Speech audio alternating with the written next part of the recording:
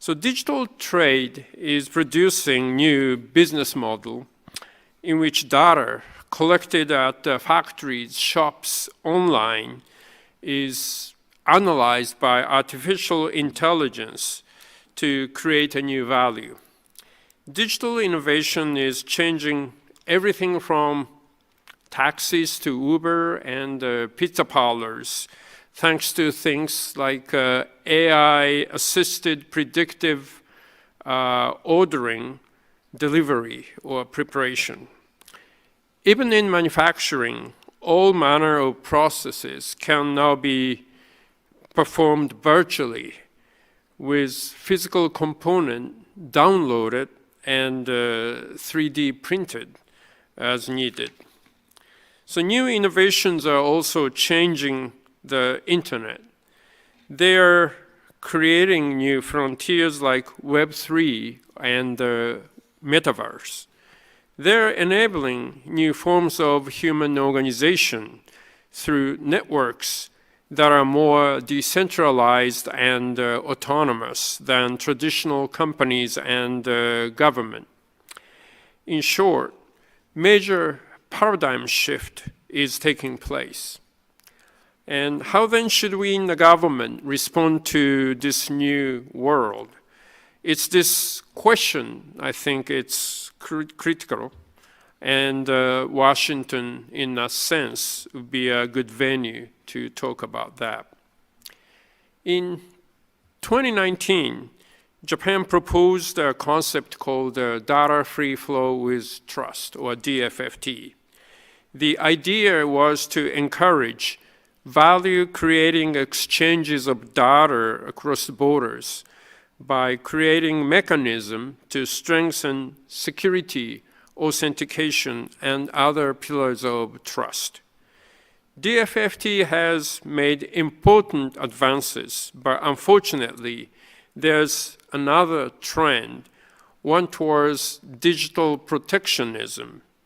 Some countries, many of them authoritarian, are moving to force technology businesses to store data domestically or disclose their source code to the government.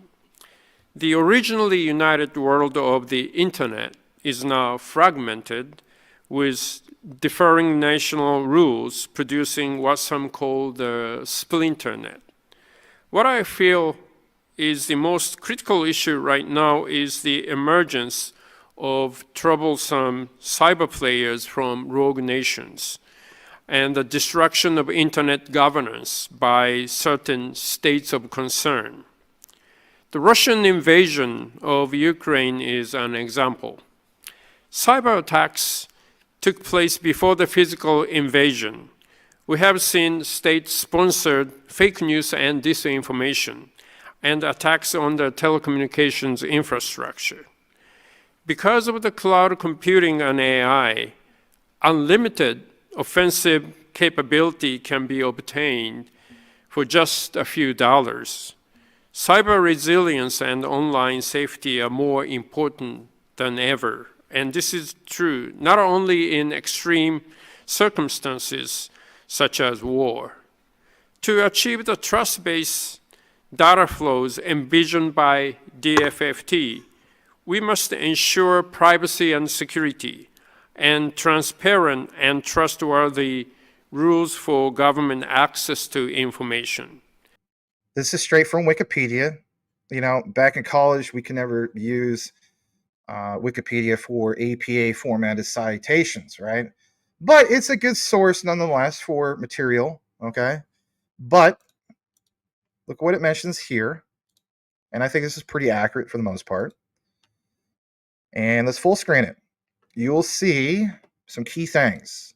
And I go ahead and blow this up a little bit more. Okay, that's too far in. All right, so individual number card, known as My Number Card, Japanese identity document for citizens, Japan-based. And it says, based on the act on the use of numbers to identify a specific individual in administration procedure. Stores information such as personal name, address, birthday. For example, you know, if you're male or female. Individual number has a passport photo, is a smart card. Okay. Residents who wish to obtain the card can request an application from the municipality. It has been issued since 2016 in Japan. Has of course been has this whole thing replacing the basic resident registry card. Is this an example of your papers, please? No, not really, but we can agree to disagree. My Number card is associated with a unique 12-digit My Number, which is issued to all residents, including foreigners residing in Japan. Beginning in March of 2021, the Japanese government began to issue My Number cards embedded with IC chips that can double as health issuance or insurance cards. As we get further down, like it says, rate of uptake for the cards in Japan is around 25%, and in March of 2021, 40%. As of October 2021, the government aims to have almost all residents obtain the card by March 2023. Interesting. Remember back last year, almost a year ago, it was temporarily paused due to 13 confirmed cases of another person's information being displayed when the card was used. Now, where is old Max going with this? Again, another chopped up clip. So stay tuned. This one is recent. Mainstream news interviewing the one and only Taro Kono of Japan, former Minister of Defense, and was it digital digital finance minister, something like that. Crazy stuff, right? Lots of different terms. Sometimes I forget all this stuff because I read too much. So let's go ahead and share this. And here's my little chopped up version. You're going to hear about how Japan gets rid of the rubber stamp and even floppy disks. This was roughly, I want to say, a couple weeks ago. Mainstream news. I don't like this particular news outlet. Don't shoot the messenger. Just listen to this. Try not to make it political. Listen to this. Here we go. Advanced technology digitization efforts are underway to connect government infrastructure with citizens and, of course, business. And as many nations know, technical glitches and potential privacy issues are all part of the challenge. In fact, Japan was ranked 32nd among 64 countries on digital competitiveness, according to last year's ranking by the Institute for Management Development. Joining us now to discuss this and plenty more, Japan's Digital Transformation Minister, Kono Taro. Minister Kono, thank you so much for joining us. Thank you for the colour coordination, first and foremost. You're welcome. Nicely done, sir. Tokyo. Thank you. Great to be here. Let's talk about Japan's transformation and its digital journey. Where are we today versus where you would like to be? Okay, we finally got rid of the name stamp. You have to put, stamp on every paper. Now we got rid of it, so you don't have to print everything on the paper. Right. We are you mean in government? Yeah, well, for the government, or a lot of the private sector as well. Now we are getting rid of floppy disk finally, and we are getting rid of fax machine. And eventually, we hope to do everything online with your smartphone. That's where we are aiming at. There'll be some young viewers going, what's a fax machine and what's a floppy disk? I mean, you've got a way to go. Yes. Well, finally, by the end of June this year, all the government regulation that ask you to do things with floppy disk will be struck out. The important part of this, and you've hinted at it, is government has to adjust, but government works with the private sector, so they have to adjust, and citizens also have to be on board. What's the biggest holdback? Is it data centralization? Is it privacy concerns? Is it perhaps government that has to change first, and then everyone can also follow? The government procedures have been slow, so that dragged the private sector. But the Japanese consumers are so used to the Toyota quality. So one mistake is one too many. If you do everything on the paper, even there's a mistake, it's filed, put it away, so nobody notice. But if it's done on digital, you can check on your data and you can see there's a mistake. And that's what's been happening in Japan. Yes. So there have been 8,000 mistakes in health insurance ID out of 120 million. Right. And that was 8,000 too many for the Japanese people. So we have to be very meticulous. But we are hoping that people would see digitalization will bring convenience to the people. That doesn't catch your attention in regards to supply and demand. I don't know if anything ever will, but of course, I'm not done yet. And going to get more into some of this. Had to take out some of the branding so it doesn't block people's faces. So I think that's bullish to say the least to hear that, especially a recent report. But we got to get into a little bit more of the nitty gritty, right? We got to give you some of that boil it, mash it, stick it in the stew moments, right? Kind of funny to hear him say dater, right? But it's okay. I mean, at least he can speak more than one language, right? A lot of us can't. So I want to now jump into what he literally just mentioned, because we did talk about, supply and demand. So, let's pull this up. This is from my inichi.jp. They are a Japanese publication. Let's go ahead and share this. And if you want the citation, it is from this particular site, which is called, excuse me, MAN. I'm sorry, MAINICHI.jp. And if you typed in, for example, digital minister hints or Japan digital minister hints or my number ID cards, this would come up. Okay. So this is again from December, a few months ago. But the key thing is recognizing this whole thing about what is mandatory. Okay. This excites me. I understand for a lot of people, it doesn't excite them because they don't like the idea of anything that's mandatory. Well, I like what's mandatory from an investor point of view. If I'm excited about ISO 222, and in my opinion, the flip of the switch of when we get an actual mandate, and the United States is the last to show up to the big show, late November 2025, okay? Understand that if we talk about personal data loggers and a mandate in regards to a my number ID cards, and in regards to the whole concept of a PDL, personal data locker, and we talk about utility in motion, well, do we hit those KPI targets that the Jasmy management team was talking about? I think Dip Metaverse and Brian of our community are absolutely 100% right. Again, not financial advice, just sharing perspective and research information. As we take a little bit more to this article, talks about some of these things. And the mandate to obtain the ID cards, where they remain only like a small number of people across Japan who haven't applied for them.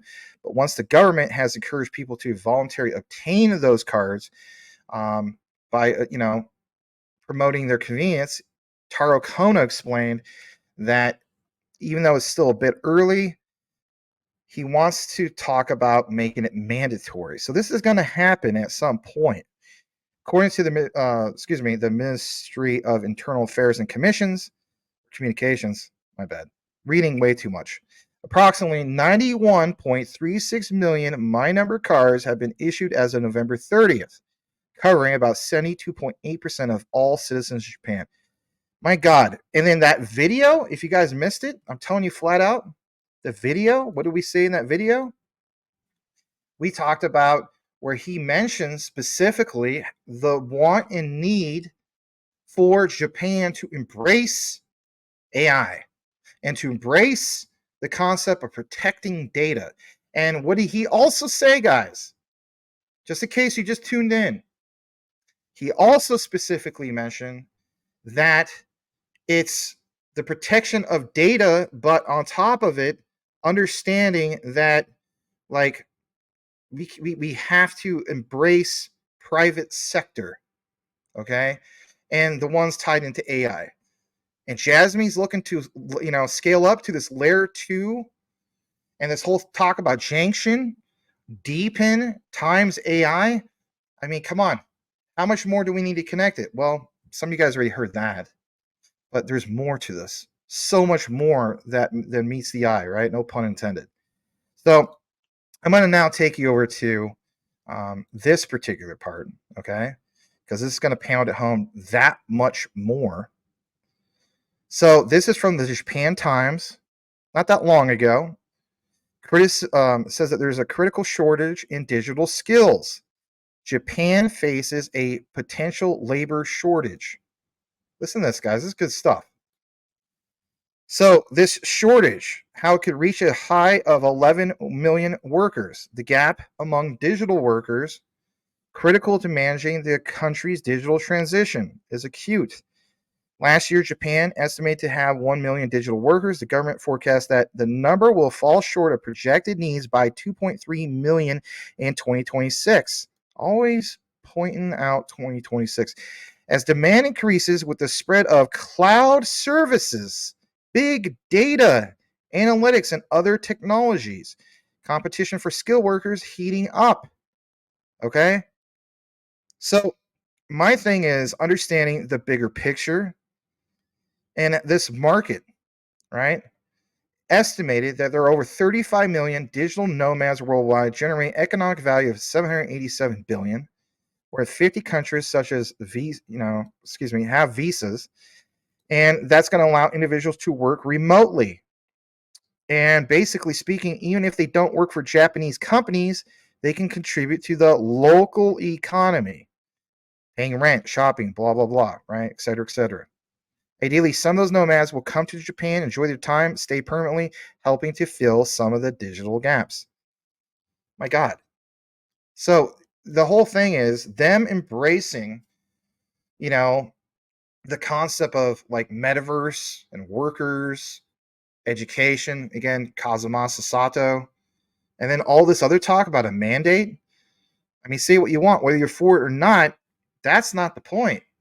It's what you're invested into and having your utility being accessed. Dip Metaverse, Brian of that Jasmy 8-year discussion. There was the 8th year anniversary X Space discussion. There was only about, I don't know, 70 or 80 of us that were at it. It was about 3-4 hours, give or take. But one of the things was mentioned is how there's hardly any cryptocurrencies out there that currently speaking solve what they claim to do. And that is basically, can I use this to pay for goods and services? Or how can this be accessed? What kind of utility is literally going to be put into motion? And it's all about what is going to exist possibly with the utility. But then when you see things about the government, the Japanese government, literally using this utility, you got to come to the conclusion like, my God, is this why even in this bull run that we saw Jasmy go first in the bull run, like it was pointed out, not just by me, but many other people from our community? So yeah, we shouldn't be oblivious to this whole notion that it's not going to continue to happen. Are you paper handing Jasmy to 50 cents to $1? And that might offend some people, but guess what? We have more than outlined some of these things. And I understand it. I think somebody from our community pointed out in the comments. I think it was like Joey Rodriguez, if I'm saying his name right, point out that 90% of everybody that's holding Jasmy will get out at 50 cents to $1. I think that's true. But if you understand the bigger picture, especially when it comes to mandates, and you hold to 2026 or something like that, because they feel as though that they could smash those KPI targets and then some. I would never say for anybody give any type of financial advice, but for me personally, and I know it's unpopular to mention some of these things, and I understand that we want to take our profits. This is where I feel comfortable about the whole notion of having a diversified portfolio. Because whether it's Jasmy or XRP, Quant, Stellar, HBAR, you name it, those ones, I feel as though that maybe I do kind of marry those for at least a few years. And then something else that pops off in 2024 and so on, then okay, great. But again, you guys got to do what's best for you. I understand there's age gaps for some of us.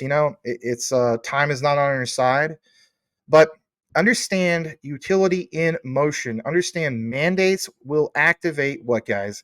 The utility. All right. We're going to do now Let's jump into a little bit more about this. So let's give you an example on some of this. Shout out to the one and only NeoX Why am I citing this? Well, this is about a specific patent. This is in regards to terminal device information processing system and program. Talks about all these things in regards to this specific patent. Talks about, for example, the publication date, October 2nd, 2022. Jasmy Incorporated. You have, for example, all their big players, right? Takashi Hagawara. You have, for example, Kazumasa Sato. And when you get into some of these things, this was interesting to see, for example, when it mentions, I know I don't have it because this part is what got deleted when I got my research rug, but you can look into it yourself. It pulls up things like Intel and a lot of other things. Pulling up this, which was highlighted from NeoX. Shout out to Neo. Give him a follow if you haven't done so already. He points out how all of these applications, those domains, I should say, of Jasmy's SKC, which is Smart Knowledge Communicator, and SG, which stands for Smart Guardian Technology. As he imagined, it is possible and will be implemented in ships as well. Again, part of the outline, because we're talking about, the whole thing of IC cards, right? IC number chips, according to the patent description. Can I give you more about the description? Well, absolutely. Let's go ahead and share this part. You will see here where it references all these things in regards to the states. And this is one thing I want to point out in regards to like why it's all important. So you'll see here the citations in regards to, the designated states. I mean, almost all 50 states for the most part. And then you also have, I'm sorry, these are member countries, right? Not necessarily U.S. states, but it's all there. Jasmy Incorporated, so on and so forth. As we jump back, you will see here, like he says, detailed patent information for Jasmy's terminal device information processing system and program, with all the countries where it will be applicable highlighted in red. Right, member states, countries, I should say. I shouldn't say U.S. states. Sorry about that. So I'm glad he shared some of this, right? And again, just in case you didn't see it all, let's full screen this. Quite a few different countries being mentioned there. So Jasmy's so much more than obviously, just Japan. All right. And you're welcome to nerd out and take a look into that if you choose to do so. All right. I'm going to do here before I take a pause and get into some of the main key things that you were probably waiting for. I want to point out this. This is some of my own basic notes. Okay. So, basically speaking, you saw that part that was mentioned, and I think I'll go ahead and reshare this. Let's reshare this. What was the WO? All right. Let me jump up to what Neo has. Yeah. So yes, the WO. Okay. Yeah, you have it on the screen. What is it, guys? W022030570 Terminal Information Processing System and Program. All right. So bottom line is this. Why is that so important? Because for most people, they're not going to get it. Well, from what I gathered, and I'm glad that this part didn't get rugged out of my research with my power going out, it's the patent. W0220 describes a system for handling individual specific information. Again, that terminal device potentially impacting Jasmy and also IC cards. How, though? That's what you should be listening to. How? Well, it's information security and granular control. Hear me out on this. If everything else went above your head, hear me out on this. This is good to listen to. The patent, if you want to get into the nitty-gritty nerd talk, introduces a two-tier store system for individual data. A secure storage unit, which holds highly sensitive information, which is basically first individual specific information. Remember how we talked about even with blockchain, there's different layers? Applies to data sets as well. But the other part where it talks about a separate operation unit that allows users to input related but less sensitive data, which would be like the second layer, if you will, which is second individual specific information, which can be shared more freely. It makes so much sense if you look more into it, why blockchain enables something beautiful like this to be used and used in the right way as far as data democratization, not going to the central players like GAFA, Google, Amazon, Facebook, Apple. But that second operation where everything could be shared more freely, again, back to the concept of DFFT, data free flow of trust. This distinction provides users with more granular control over their, of course, data privacy. Now, what about the whole thing in regards to what Taro Kono is introducing, or mandating, I should say, to Japan? What about the potential use case for Jasmy and the IC cards? Because at the end of the day, that's probably why you are tuning in. Well, listen to this, guys. The system aligns with Jasmy's focus and secure data management and, of course, transfer. Jasmy could potentially develop solutions based on this patent to enhance data security, of course, over to the Jasmy platform. As we know, IC cards in themselves are known for secure data storage. So it's kind of like, Forrest Gump and Jenny, it's like they go together like peas and carrots. It could benefit from integrating. Sometimes it's hard for me to bounce back and forth with my notes, but could benefit from integrating this type of two-tiered information handling the system. This in itself could improve data security in applications where IC cards themselves can be used, such as what? Identity verification or even financial transactions. Again, understand that Jasmy is so much more than just IoT. And we have talked about the whole thing of them entering into finance democracy dating back to around this time last year. Now, there's, of course, uncertainties and future implications. It can't just be rah, good news. But we should point out that even though the patents don't guarantee commercial success, and that there's further development and integration required to turn this concept into a practical solution, understanding where Taro Kono's position is and where the Japanese government's position is, and where you heard his statements addressing basically the world in a live broadcast, stating that they have got to energize who? The private sector. And how many times did he say that? At least 3 times. Some of you guys ask what cold storage solution I use. I use this, and it is the Decent wallet. All right. I also, of course, have a ledger like this. All right. You can get a discount basically from going into the affiliate link, which is in all the live video descriptions and recorded and so on. And for the yahoos that are out there, they're like, this is just a shield. And, we'll fix point this out. And it's a great point. Were you aware that you don't necessarily get a discount link just going straight to the site? No, you actually have to go through a platform like this. So how cool is that? I don't think anybody's complaining about that. But anyway, use the link, get a discount. There's another one here. If you're the type of person you want to get one for you and your significant other, you can get 2 of them. They actually have another promotion, which is this, and I think this is cool. You can get an all-in-one card wallet plus backup card package.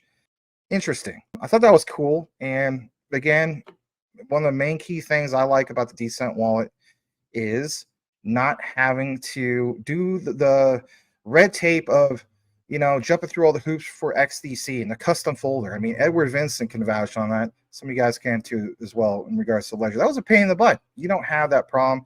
You literally open up your phone, it's on your app, track everything that's going on, right? And saying goes, not your keys, not your crypto. You know the drill. Check it all out though if you wish to do so. It is truly the cold storage solution that I use for the most part. There's still some on Ledger that I kind of split it up on it and so on. So it is what it is. But if I have preference over one, I'm going with this one. A lot easier to use and so on. And some people, even to this day, still ask me which one I use.